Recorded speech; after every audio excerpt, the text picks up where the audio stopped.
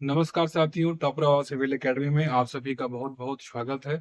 आज हम आपका सेशन शुरू करने वाले हैं विज्ञान और प्रौद्योगिकी के ऊपर। विज्ञान एवं प्रौद्योगिकी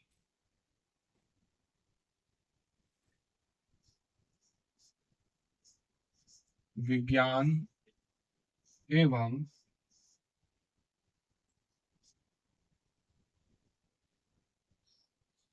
प्रौद्योगिकी ये आपका किस में आता है? एमपीपीएससी 2024। ये मेंस का सिलेबस भी है और कहीं ना कहीं आप भी देखेंगे कि आपका प्री भी इसमें प्री का सिलेबस भी ये कवर होता है और मेंस का भी। अपन यहाँ पर मेंस के ऊपर बात करते हैं क्योंकि अगर आप मेंस का पढ़ रहे हैं तो प्री आपका ऑटोमेटिक यहाँ पर निकल जाएगा। तो ये आपका कहाँ पर है? प्रश्न पत्र थर्ड। ध्यान दीजिएगा, प्रश्न पत्र थर्ड के बारे में अपन बात कर रहे हैं। एमपीपीएससी 2024 बैच की अपन बात कर रहे हैं। तो अब यहाँ से विज्ञान एवं प्रौद्योगिकी के ऊपर हमारे डेली सेशन होने वाला है। आप सभी हमारे चैनल को लाइक सब्सक्राइब कर लें ताकि आपको इंफॉर्मेटिव आपको वीडियो मिलते रहे और आपकी तैयारी अच्छे तरीके से चलती भी रहे। सबसे पहले हम साथियों बात करते हैं संगठन एवं संस्थान के बारे में। हम विज्ञान एवं प्रौद्योगिकी में सबसे पहले हम बात करेंगे संगठन एवं संस्थान के बारे में। अब इसके अंतर्गत हम देखेंगे कई सारे संगठन हैं आपके। इसमें सबसे पहले आपका आता है इसरो, भारतीय अंतरिक्ष अनुसंधान संगठन इसरो। इसकी स्थापना से लेकर हर उद्देश्य कार्य हम हर चीजों को देखेंगे और उसकी अब तक की जो उपलब्धियां रही हैं हम उस पर भी बात करेंगे। और आगे बढ़ते हैं, बात करते हैं यहाँ पर टाटा मूलभूत अनुसंधान संस्थान। इसके बारे में अपन बात करेंगे। तीसरा है हमारा भाभा परमाणु अनुसंधान केंद्र। इसी प्रकार से जो आपके संगठन है हम उसके बारे में बात करेंगे। चौथा है आपका राष्ट्रीय वायुमंडलीय अनुसंधान प्रयोगशाला। और पांचवा आपका है तरल प्रणोदन प्रणाली केंद्र। इसी प्रकार से छठवा आप देख रहे हैं अंतरिक्ष अनुप्रयोग केंद्र। इसी तरह सातवां संस्थान है हमारा भारतीय गहन अंतरिक्ष नेटवर्क, जिसको हम पढ़ने जाएंगे। और आठवां हमारा हम पढ़ेंगे भारतीय अंतरिक्ष विज्ञान आंकड़ा केंद्र, ये भी बहुत इंपॉर्टेंट है।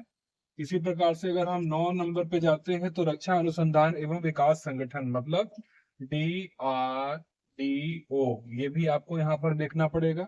फिर हम अगर बात करें विक्रम साराभाई अंतरिक्ष केंद्र की तो उसके बारे में अपन यहाँ पर डिटेलिंग क्लास पे लेंगे और आपको हर चीज उसके बारे में बताएंगे। और 11 मार्क में है आपका राष्ट्रीय सुदूर संवेदन केंद्र। इसी प्रकार से आप देख पा रहे होंगे 12 नंबर पे है आपका भारतीय सुदूर संवेदन संस्थान। इस प्रकार से आपका जो है ये आपका टॉपिक जो है कंप्लीट हो रहा है। एक आपका बचा हुआ है तो उसको भी आप देख लीजिए, सतीश धवन अंतरिक्ष केंद्र, ये भी आप यहाँ पर देखेंगे।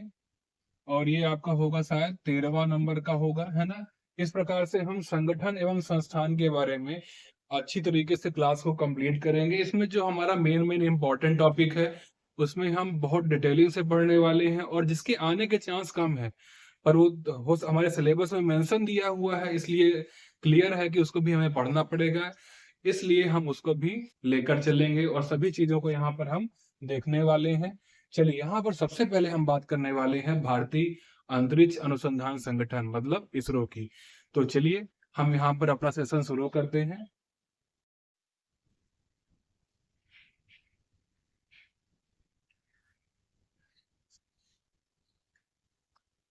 इसरो, यहाँ पर जो हमारा पहला टॉपिक है मतलब आपका इंडियन स्पेस रिसर्च ऑर्गेनाइजेशन, इसे हम सिंपल भाषा में कह सकते हैं कि भारतीय अंतरिक्ष अनुसंधान संगठन। इसको जो है आप देखेंगे कि इसकी स्थापना कब की जाती है? 15 अगस्त 1969 में इसकी स्थापना, मतलब ये एस्टेब्लिशमेंट डेट है। क्या है आपका? एस्टेब्लिशमेंट डेट है, इस बात को ध्यान दीजिएगा। फिर इसका अगर हम हेडक्वार्टर की बात करते हैं तो हमारा इसका हेडक्वार्टर कहाँ पर है? बेंगलुरु शहर, जो कि आपका कर्नाटक में आता है। देखें तो भारत सरकार के अंतरिक्ष विभाग के तहत ये गठित एजेंसी है। कौन सी? इसरो। और अगर हम इसके हिस्ट्री पर चलते हैं कि इसकी हिस्ट्री क्या रही है तो मैं आपको बताना चाहूंगा कि शुरुआत में इसरो संगठन की स्थापना नहीं की गई थी। 1962 की बात है। जवाहरलाल नेहरू द्वारा आपके भारतीय राष्ट्रीय अंतरिक्ष अनुसंधान संगठन, मतलब कहना चाहिए समिति, मतलब संगठन तो बाद में हमारा बना हुआ है, समिति। इसमें आप देखेंगे कि भारतीय राष्ट्रीय अंतरिक्ष अनुसंधान कमेटी मतलब समिति, इसका स्थापना की जाती है। इसे हम इनकॉस्पार कहते हैं। क्या कहलाता है ये? इसे हम एक और नाम से जानते हैं, इनकॉस्पार। इसे हम और दूसरे नाम से क्या जानते हैं? भारतीय राष्ट्रीय भारतीय राष्ट्रीय अंतरिक्ष अनुसंधान अंतरिक्ष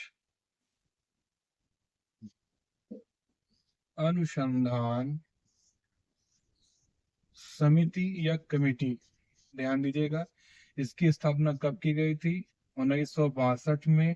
किसके द्वारा की गई थी? जवाहरलाल नेहरू द्वारा की गई थी, जो हमारे तात्कालिक प्रधानमंत्री थे। और ये जो आपका डिपार्टमेंट बनता है, जो कमेटी बनती है, ये आपकी परमाणु ऊर्जा विभाग के अंतर्गत ये गठित की गई थी। ध्यान दीजिएगा, परमाणु ऊर्जा विभाग के द्वारा भारतीय राष्ट्रीय अंतरिक्ष अनुसंधान कमेटी 1962 में हमारे पीएम जवाहरलाल नेहरू द्वारा गठित की गई थी। इस बात को आप समझ पा रहे होंगे जो मैं आपको समझाना चाह रहा हूँ। ये कमेटी कहाँ से आई है? तो परमाणु ऊर्जा विभाग के द्वारा इस कमेटी का गठन किया गया था। इसको हम एक और नाम से जानते हैं, इनकॉस्पार, है ना। इस प्रकार से अगर आप देखेंगे तो ये आपका यहाँ पर इसकी हिस्ट्री के बारे में आपको चल जाता है पता। यहाँ पर भारतीय राष्ट्रीय अंतरिक्ष अनुसंधान कमेटी ने क्या किया था? भारत के दक्षिण में भारत के दक्षिण में भारत के दक्षिण में कहाँ पर? तिरुअनंतपुरम।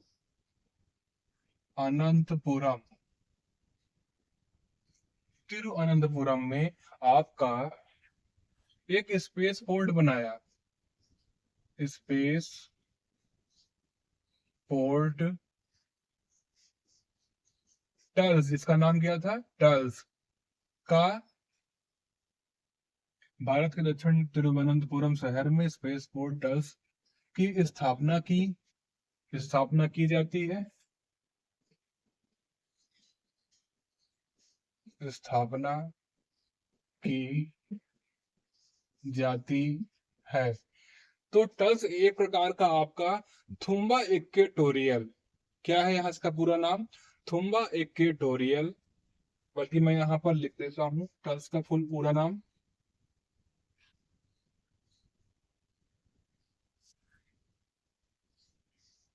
थुम्बा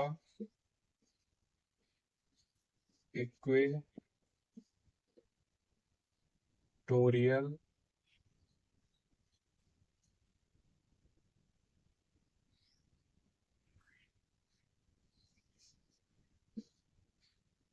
रॉकेट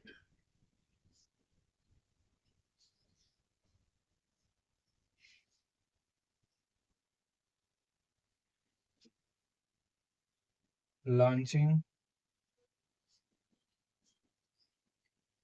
स्टेशन, इसे ही हम जानते हैं साथियों टल्स के रूप में, है ना। तो ये आपका क्या है?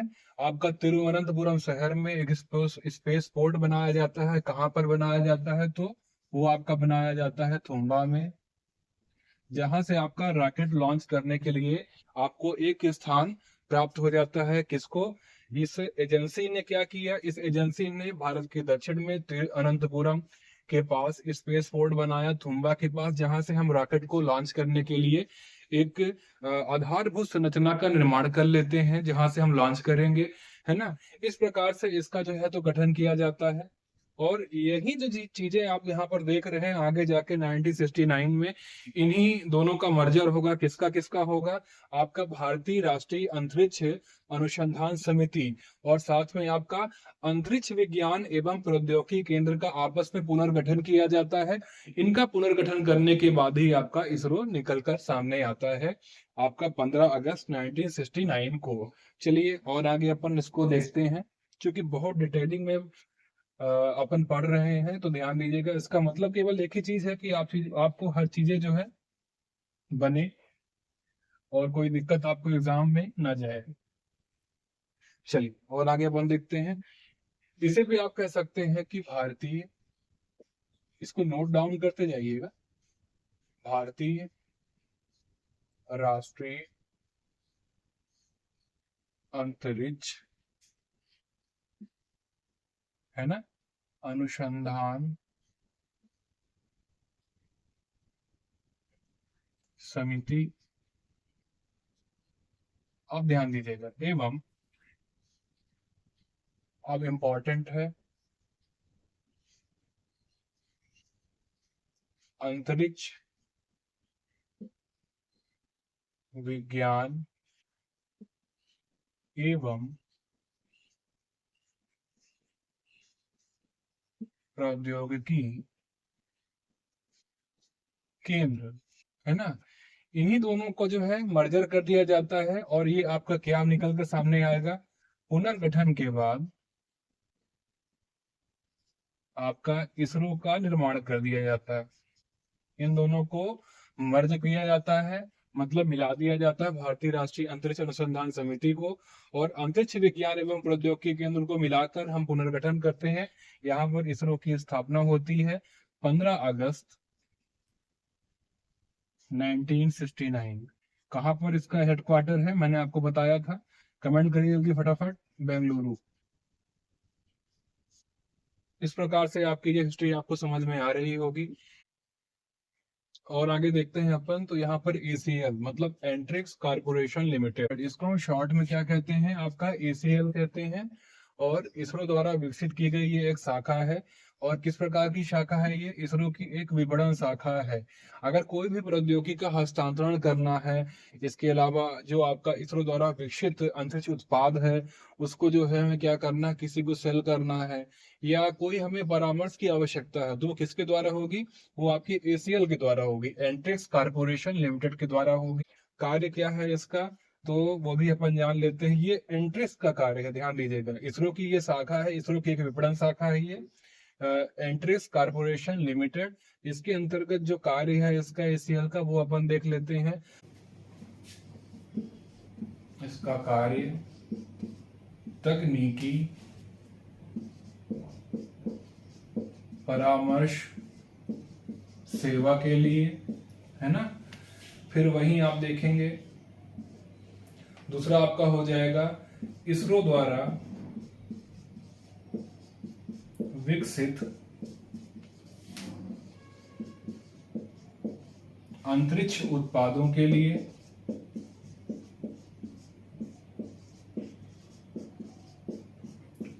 वहीं तीसरा आपका हो जाएगा प्रौद्योगिकी के हस्तांतरण के लिए।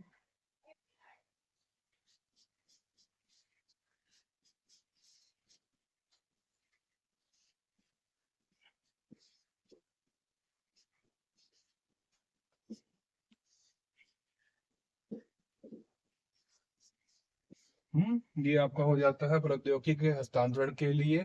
ये प्रचार एवं वाणिज्यिक इकाई है इसरो की। क्या है ये आपकी प्रचार एवं, इसरो के प्रचार एवं वाणिज्यिक इकाई के रूप में कार्य करने वाली एक संस्था है ना। तो कार्य में हमने देख लेते हैं एक बार फिर से रिपीट करके। तकनीकी परामर्श सेवा, आपको मान लीजिए नासा से संपर्क करके कोई परामर्श लेना है या देना है किसी को। फिर आप देखेंगे इसरो द्वारा जो विकसित अंतरिक्ष उत्पाद है, उसके बारे में अगर हम देखें, कोई सैटेलाइट या कोई भी छोटी मोटा इंस्ट्रूमेंट है, उसके बारे में भी जो है तो यहाँ पर ACL के द्वारा ही बात या संपर्क कर पाते हैं। फिर अगर हम देखें, मान लीजिए कोई आपका GPS का उपयोग करना चाह रहा है, कोई लाइक जैसे आपका गगनयान है, आगे जाके हो सकता है उसमें अपने अंतरिक्ष यात्री कोई विदेशी भी भेजे, तो इन सब के लिए जो है संपर्क संस्था कौन सी हो जाएगी, आपकी ACL। ये जो है आपका एक प्लेटफॉर्म जो है आपका प्रोवाइड करवाती है इसरो की वाणिज्यिक इकाई जो है ये, जिसके तहत जो है क्या होता है, ये इसकी कमाई का सोर्स भी है और साथ में क्या है, प्रौद्योगिकी के हस्तांतरण को भी सरल बनाती है और इसके प्रचार में भी ये बहुत बहुत सहायता करती है। अब यहाँ पर हम आगे चल के देखते हैं इसके उद्देश्य क्या क्या है। अभी तो हमने बात कर लिया, एक ओवरव्यू जान लिया इसरो के बारे में। अब इसके उद्देश्य क्या क्या है उसको भी हम अपन देख लेते हैं। चलिए मैं इसको वाइप कर रहा हूं, आपने इसको लिख लिया होगा, लिख लीजिए। चलिए उद्देश्यों के बारे में एक नजर डालते हैं।